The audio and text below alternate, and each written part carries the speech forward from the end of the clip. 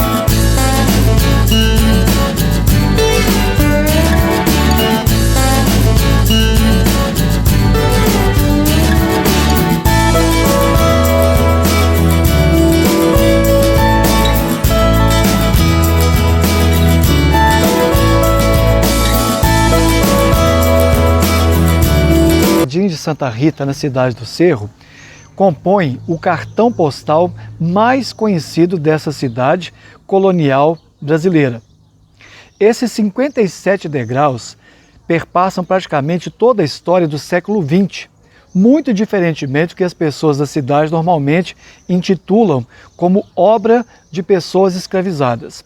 De fato, a obra feita a partir dos primeiros anos do século XX, quando a abolição da escravidão já havia sido promulgada pela princesa Isabel lá no Rio de Janeiro, o que aconteceu de fato é que não havia mais escravizados para fazer o trabalho, para fazer o serviço. O que aconteceu na virada do século XIX para o século XX? Uma necessidade de remodelação, de requalificação ou de um retrabalho da fisionomia urbanística da praça, que hoje é a Praça João Pinheiro. Essa praça passava então por uma necessidade de revitalizar-se.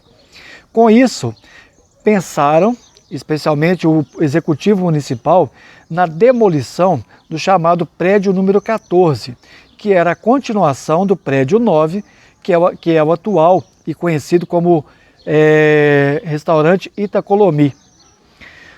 Se a gente for perceber, a praça, quando a gente olha para Santa Rita no alto, ela de fato tem um buraco, que é esse espaço da escadaria que foi puxado a partir dos primeiros anos do século XX.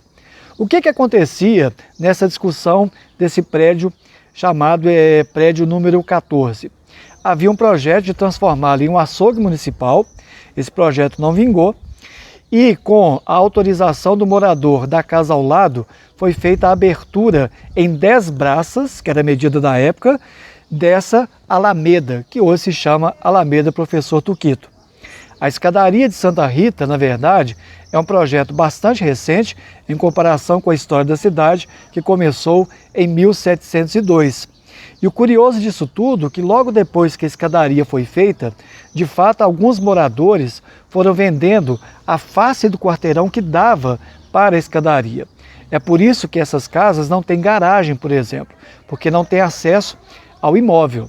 O acesso é apenas a pé. O acesso mais antigo da escadaria de Santa Rita era o beco que ficava ao lado, que dava também numa picada que acessava a igreja. O caminho já era conhecido de alguma maneira, não a escadaria como nós conhecemos hoje, num formato bastante íngreme, mas que de fato marca o urbanismo dessa cidade desde o século XX. Então a escadaria de Santa Rita não é obra de pessoas escravizadas, a escravidão já havia acabado, é obra de pessoas livres, de trabalhadores contratados pelo Executivo Municipal. A obra marcou definitivamente a história da cidade e também a história de Minas Gerais, e podemos dizer que por causa dessa escadinha de Santa Rita, nós chegamos ao tombamento nacional da cidade do Cerro em 1938, porque essa escadaria dá a exata noção de que homens e mulheres, desde 1702, venceram o terreno íngreme e urbanizaram, fizeram o arruamento da antiga Vila do Príncipe.